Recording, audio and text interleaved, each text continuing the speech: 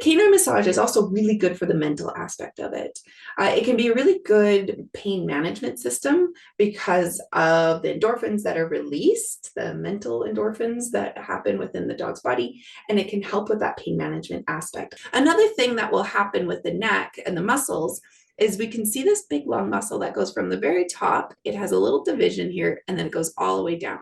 This muscle controls a lot of that movement of the neck, but it also stabilizes and pulls up the front limb. So it's a very kind of an interesting muscle because we have two very distinct functions that are happening with that one muscle. So you can imagine if this muscle is sore, it's going to affect the way that your dog is gaiting. So going down the back, effleurage scan, we're just going to see, is there any sort of major issues, which it looks like her tail, and she kind of shifted a little bit. So I'm going to test it again. Is the same spot. So now that's at the TL junction at the very end of the rib cage. We're going to test it again to see where this spot pops up.